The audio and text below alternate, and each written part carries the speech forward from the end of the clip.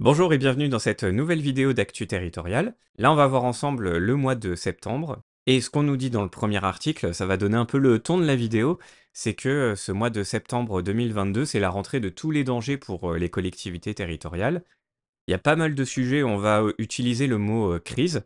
On parle de crise environnementale, de crise de pénurie de personnel, de crise du prix de l'énergie, etc. Et donc on a un premier article qui résume un peu tout ça. Donc déjà c'est, je pense, le bon article pour vous à lire en priorité, surtout si vous manquez de temps. Alors après, ce sera pas suffisant pour rentrer vraiment dans le détail, mais ça fait en tout cas une porte d'entrée. Et donc on nous dit que dans ces différentes crises, bon, ça fait quand même des nuages qui s'amoncellent pour les acteurs locaux en cette rentrée. Et donc on nous parle un peu de tout, on nous parle des prix hein, d'électricité, de gaz qui explosent, qui gênent évidemment les dépenses des collectivités. On nous dit aussi que le ZAN est une problématique, hein, le zéro artificialisation nette dont on a déjà pas mal parlé. En termes de transition écologique aussi, on a un nouveau chantier avec notamment le fonds vert qui a été annoncé par Elisabeth Borne. Un nouveau système de rémunération pour les fonctionnaires, pas mal de questions aussi sur les comptes publics, mais ça on va y revenir plus tard dans le détail, ainsi que sur la fiscalité locale et la CVAE, mais on va en reparler. Bref, on a pas mal de choses comme ça qui sont évoquées dans cet article. Ça nous donne une photographie globale, et je vous invite fortement à aller lire cet article. C'est vraiment le minimum de chez minimum à travailler là pour ce mois-ci. Et donc ces sujets ont été pas mal abordés au mois de septembre, hein, c'est ce qu'on va voir après à travers différents articles, mais ça va probablement continuer sur les prochains mois. Donc c'est vraiment des sujets à maîtriser, parce que dans le cadre d'un oral, par exemple, vous pouvez tout à fait être interrogé sur les sujets suivants. Alors le premier sujet qu'on va un petit peu plus développer, c'est la pénurie de personnel dans la fonction publique, et notamment la fonction publique territoriale. Je vous ai sélectionné deux articles à ce sujet. Le premier, bon, nous dit en gros qui est concerné, donc bah, j'ai envie de dire, c'est un peu tout le monde, hein, malheureusement, c'est dans toutes les filières. Alors on a, certains métiers qui sont plus mis en avant. On a par exemple les conducteurs de bus scolaires, qui ont été très mis en avant, notamment dans, les médias nationaux, les travailleurs sociaux, les maîtres nageurs, les animateurs, dans la petite enfance, les informaticiens, les juristes, les secrétaires de mairie, et cetera. Et ce qu'on nous dit d'intéressant aussi, c'est, bah, finalement, pourquoi on en arrive à ce point-là? C'est que sur les dernières décennies, on va dire sur les dernières 10-20 années, on a eu un fonctionnaire bashing, hein, on tapait beaucoup sur les fonctionnaires, sur le fait qu'ils travaillaient pas assez, sur le fait qu'ils étaient trop payés, bon, etc. On a eu également dans la lignée un gel des rémunérations, qui fait qu'aujourd'hui, on a une stat là intéressante dans cet article, c'est qu'un fonctionnaire qui touchait 1000 euros en 2010 ne reçoit aujourd'hui en équivalent, hein, donc en prenant en compte l'inflation, etc., aujourd'hui il reçoit que l'équivalent de 820 euros et 40 centimes. Donc on voit qu'il y a une vraie perte de pouvoir d'achat pour les fonctionnaires. Et donc tout ça, forcément, bah, ça aboutit à une crise des vocations, à des difficultés de recrutement dans la fonction publique en général et bon, pour ce qui nous intéresse le plus ici, la fonction publique territoriale. Dans le deuxième article, je vais aller assez rapidement parce qu'on redit à peu près la même chose. Mais là, ce qui est intéressant aussi, c'est qu'on a quelques stats en plus, notamment les métiers les plus en tension dans la territoriale en 2020. Donc on voit que c'est d'abord les secrétaires de mairie, ensuite c'est dans l'animation, là, le côté gestion administrative hein, avec les assistants. Bref, on voit pas mal de métiers, la police municipale aussi. Donc bref, toutes les filières, comme je le disais juste avant. Après, on a quand même des acteurs locaux qui sont conscients de ces problématiques, qui travaillent dessus, et on a des collectivités qui essaient de répondre à ça en essayant d'attirer quand même les profils sur les postes vacants, mais ça reste un travail de longue haleine. Ensuite, autre problématique qu'on va aborder un peu plus dans le détail, c'est la crise de l'énergie et les répercussions que ça a sur les collectivités territoriales. Alors ça a des répercussions évidemment sur nous en tant que particuliers, mais ça en a aussi sur les collectivités, puisque pour faire fonctionner les services publics, notamment ici dans cet exemple-là, les piscines, eh bien il faut avoir accès à une énergie quand même en abondance. Hein, pour chauffer une piscine par exemple, bon, il faut beaucoup d'énergie. Et on a eu pas mal de piscines qui ont été fermées, des piscines qui sont en délégation de services publics, donc avec des acteurs privés qui les gèrent, et qui ont eu bah, pas mal de problèmes au niveau finance, hein, tout simplement. On nous dit, alors je crois que c'est à la fin de l'article ici, oui voilà c'est là, que pour Vermarine, une de ces sociétés, eh bien leur facture énergétique est passée de 15 millions à 100 millions d'euros, soit la totalité de leur chiffre d'affaires annuel. Donc on voit que là, ça a complètement explosé, que la situation est bien évidemment compliquée pour cette entreprise, enfin plus que compliquée même. Et donc on a des communes qui reprennent un peu la main sur cette situation, où par exemple à Versailles, la piscine avait été fermée, et le maire a expliqué que maintenant ce sera la commune qui va acheter le gaz et l'électricité nécessaires pour faire fonctionner la piscine, et les revendra ensuite au même montant, hein, sans faire de plus-value, à la société Vermarine. Le fait que des communes puissent acheter en direct, elles peuvent en effet avoir des prix privilégiés, puisque par exemple dans ce cas-là, elles avaient négocié jusqu'à la fin de l'année avec leur syndicat des prix beaucoup plus bas, alors que la société Vermarine, elle se fournit au jour le jour sur le marché, donc au prix du marché. Donc on voit que là, il y a des petites choses à faire pour les communes. Maintenant, ça paraît être une solution pas forcément pérenne, puisque là, dans ce cas-là, c'est jusqu'à la fin de l'année. Donc l'année prochaine, comment ça va se passer?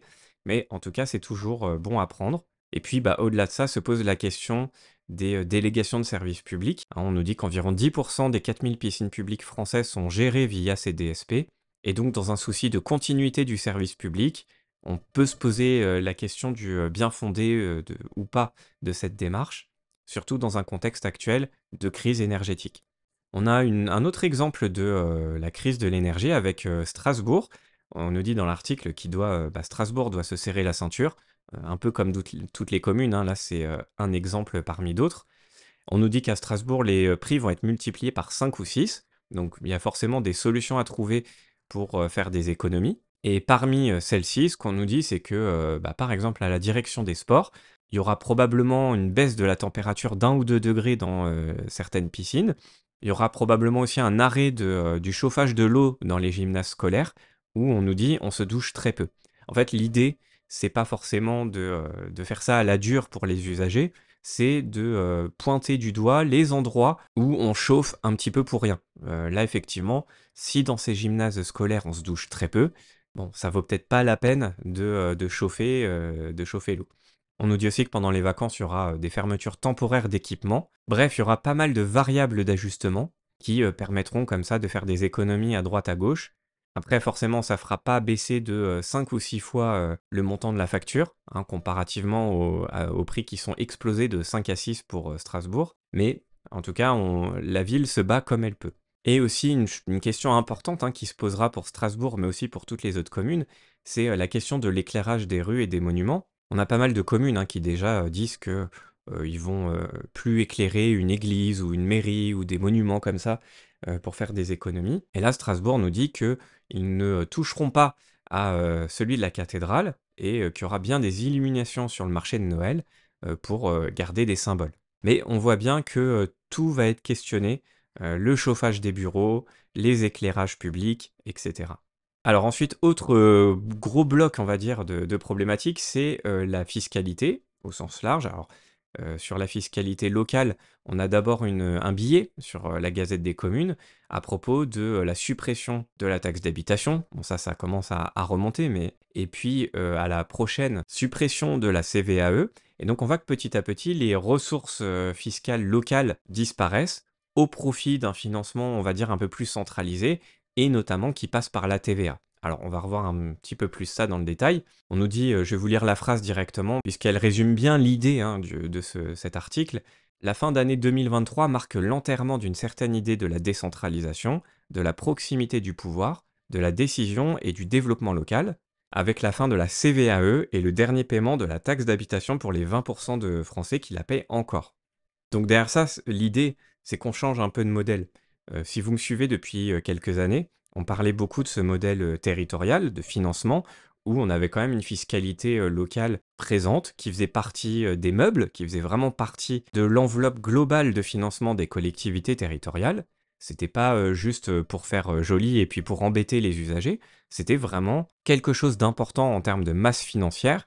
Et puis au-delà de ça, c'était aussi le côté lien entre les administrés et les collectivités. Puisque quand une collectivité prélève un impôt directement sur ses usagers, c'est aussi un choix politique des usagers. Est-ce qu'on a envie d'avoir des élus peut-être qui augmentent la fiscalité locale mais pour plus de services publics, ou au contraire on va avoir un exécutif local qui va faire des coupes budgétaires ou en tout cas qui va être un peu plus regardant en termes de finances, peut-être au détriment par contre de certains services publics. Donc il y a vraiment ce lien politique direct entre les citoyens et les exécutifs locaux qu'on est en train de perdre petit à petit avec ces suppressions successives d'impôts locaux. Et ce qu'on nous dit ici, c'est que finalement, toutes ces taxes locales sont remplacées petit à petit par des parts de la TVA. Hein, on nous dit que c'est le nouveau soleil des territoires. Et d'ailleurs, on a plusieurs stats là-dessus, notamment une de l'Observatoire des finances et de la gestion publique locale, qui nous dit que la TVA est en 2021 déjà devenue la première ressource fiscale des collectivités, avec 37 milliards, contre 35 milliards pour la taxe foncière. Donc on voit que la TVA dépasse déjà la taxe foncière, hein, en part de financement global pour les collectivités. Alors on a une stat inverse, hein, la DGFiP nous dit que pour l'instant c'est pas tout à fait vrai. On a quand même la taxe foncière qui représente 36% et la TVA 32%, mais à la limite peu importe. On est aujourd'hui dans quelque chose d'assez comparable, hein, autour des 30-35%, que ce soit taxe foncière ou TVA. Mais de toute façon, la TVA va forcément dépasser la taxe foncière avec la suppression de la CVAE, puisque celle-ci sera remplacée par une part de TVA. Et donc là, forcément, la fraction TVA dépassera complètement la part taxe foncière. Donc c'est un changement de modèle auquel on est en train d'assister. Alors après, bien, pas bien, il y a des avis divergents sur la question, puisque effectivement, certaines années, en fonction de la croissance, c'est plus intéressant financièrement pour les collectivités d'avoir ce mécanisme lié à la TVA. Sur d'autres années, non. En tout cas, si c'est quelque chose qui vous intéresse, je vous invite vraiment à creuser cette question, surtout que c'est une question qui intéresse évidemment les membres de jury. Alors, si on parle toujours de finances un peu au niveau global, on a le PLF 2023 qui a été présenté fin septembre. Alors, ce qui va nous intéresser, c'est vraiment le volet finances locales. Et pour aller droit au but, ce qu'on nous dit et qui nous intéresse, c'est bon, la suppression de la CVAE qui a été confirmée donc, sur 2 ans, et donc remplacée par une part de TVA, ce qu'on vient de dire juste avant, et accompagnée d'un nouveau fonds national. On nous parle aussi de stabilité des dotations, notamment la DGF. Il y a aussi des crédits pour le filet de sécurité dédié au bloc local, même si là, bon, il y a eu pas mal de critiques aussi sur le fait que très peu de collectivités vont pouvoir bénéficier de ce filet de sécurité.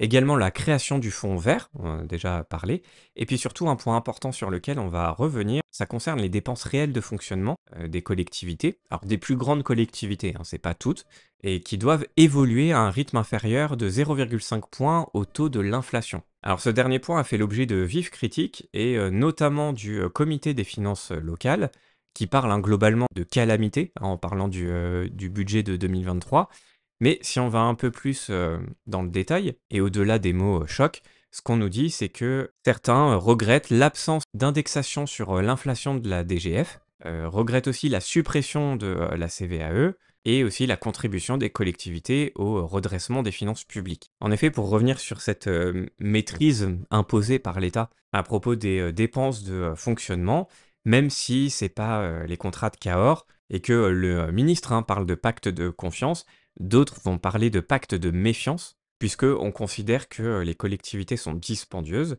et qu'elles doivent être contrôlées comme ça par l'État avec ce mécanisme un peu rigide d'évolution de 0,5 points inférieur au taux d'inflation. Et parce que concrètement, hein, cet effort, on nous dit ici que ça représente 9 milliards sur les 180 milliards d'euros de frais de fonctionnement des collectivités, donc c'est quand même pas rien en termes de pourcentage, et que cette décision, elle revient à l'État comme ça, un peu sorti de nulle part, sans beaucoup de concertation avec les collectivités, d'où l'expression pacte de méfiance qui ressort de cette nouveauté. C'est dommage parce qu'en sortant de cette logique des contrats de Cahors qui ont été très critiqués, bah, on retourne un peu dans cette même logique de l'État qui a une vision descendante, hein, ça part de l'État, puis les collectivités doivent appliquer la règle du jeu rigide et point barre. En tout cas, c'est comme ça qu'a été perçu les annonces du gouvernement par bon nombre d'observateurs locaux. Ensuite, autre sujet, c'est le plan vélo qui a été annoncé par Elisabeth Borne. Alors c'est un volet numéro 2, on va dire, de ce plan vélo, puisqu'on avait déjà eu un premier volet en 2018. Donc là, on nous dit qu'il y a 250 millions d'euros pour l'année 2023, avec en ventilation, 200 millions pour le développement des infrastructures et 50 millions pour les sites de stationnement. On nous dit également que les communes pourront demander des aides pour financer leurs projets. Hein, donc c'est pas juste quelque chose au niveau de l'État, les collectivités auront leur rôle aussi à jouer là-dedans. Donc on nous donne pas mal de stats, notamment sur les trajets inférieurs à 5 km qui représentent encore 40% des déplacements en voiture. Et puis on nous donne un peu plus de détails sur un comité interministériel qui va être réuni tous les 6 mois sur la question. Et puis, au-delà aussi, le développement d'une filière en France, puisque, bah, si on a de plus en plus de vélos, il faut de plus en plus de points de vente, d'entretien, de réparation, et cetera. Donc c'est aussi un vecteur de, développement économique. Et enfin, dernier article sur, la délinquance à Nantes. Bon, on a beaucoup parlé de Nantes, c'est aussi, beaucoup de villes en France, hein, c'est une situation plus globale, mais bon, c'est un bon exemple, si je puis dire, avec tous les drames qui se sont passés durant le mois de septembre. Je reviens pas, dessus, vous avez dû les voir dans les médias nationaux. Ce qui est intéressant ici pour nous et pour les gens, hein, qui passent les concours de la territoriale, et vous pouvez être interrogés là-dessus, c'est sur la place des communes dans, la sécurité, hein, la sécurité dans les rues, dans l'espace public. Alors, il y a 2 choses, hein. Il y a le côté, au niveau des policiers, il y a les policiers nationaux et là, c'est plutôt, on va dire, de la négociation entre les élus locaux et l'État, mais ça reste l'État qui décide. Donc là, à Nantes, on nous dit qu'il y a 70 policiers supplémentaires qui ont renforcé le commissariat ces 2 dernières années. Et d'un autre côté, on a la police municipale. Et donc on nous dit là que la ville a recruté des policiers municipaux et branché des caméras par dizaines. Bon, et après, il y a voilà, une petite phrase, travail de longue haleine qui ne colle pas avec l'exaspération de certains Nantais.